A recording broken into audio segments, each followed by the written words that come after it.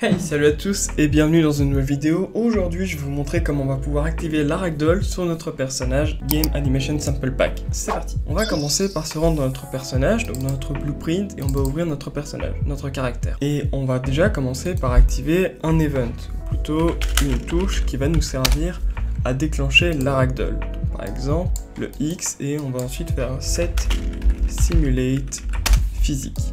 On doit cocher ceci et désactiver nos inputs. Ça, c'est ce qu'il faut pour activer l'effet de Ragdoll. On peut même, si on veut, créer un add custom event qu'on va nommer Ragdoll. Comme ça, quand on veut, par exemple, checker la vie de notre personnage, on peut ensuite appeler notre event Ragdoll à la rescousse. Mais là, on va juste utiliser X pour l'activer nous-mêmes. Et ce qu'on va faire, si on veut, ça va être de faire un print string pour préciser que c'est l'event Ragdoll qu'on va appeler.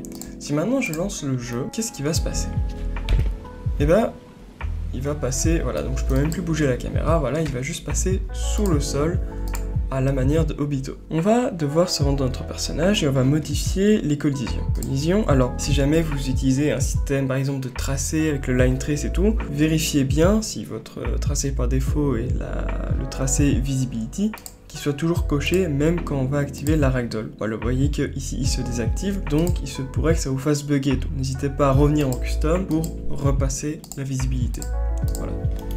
Donc, si maintenant je passe, boum, vous voyez qu'il devient tout rigide. Donc je cours, je saute, et il est méga rigide. C'est pas du tout ce qu'on veut. Eh bien, on va régler ça de manière assez simple. En fait, on va sélectionner notre petit mesh.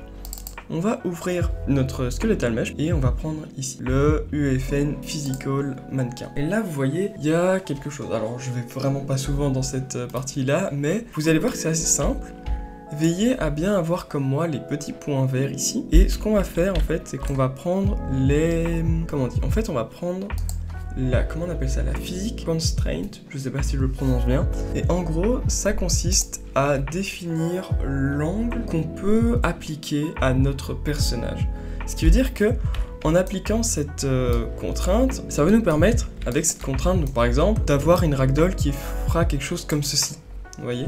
Et donc là par défaut ils sont tous bloqués et donc ça donne l'aspect rigide qu'on a maintenant. Donc on va sélectionner tous les petits points verts comme ceci, ou du moins les plus classiques, les plus susceptibles de devenir totalement mous, comme par exemple ici.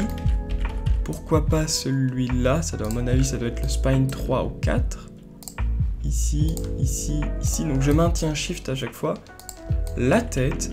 Et voilà. Ensuite on va venir ici, et vous voyez ici on a donc les angular limits. On va mettre les deux autres en limité, et boum, vous voyez tout de suite qu'on a plus de couleurs.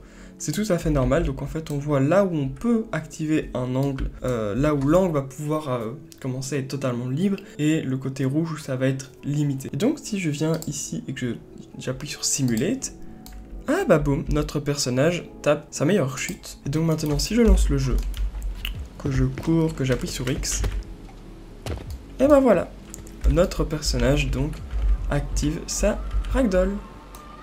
Voilà les gars, c'est tout pour cette vidéo, j'espère que ça vous a plu, que vous avez appris des choses. Moi je vous donne rendez-vous dans une prochaine vidéo, à la prochaine, ciao tout le monde.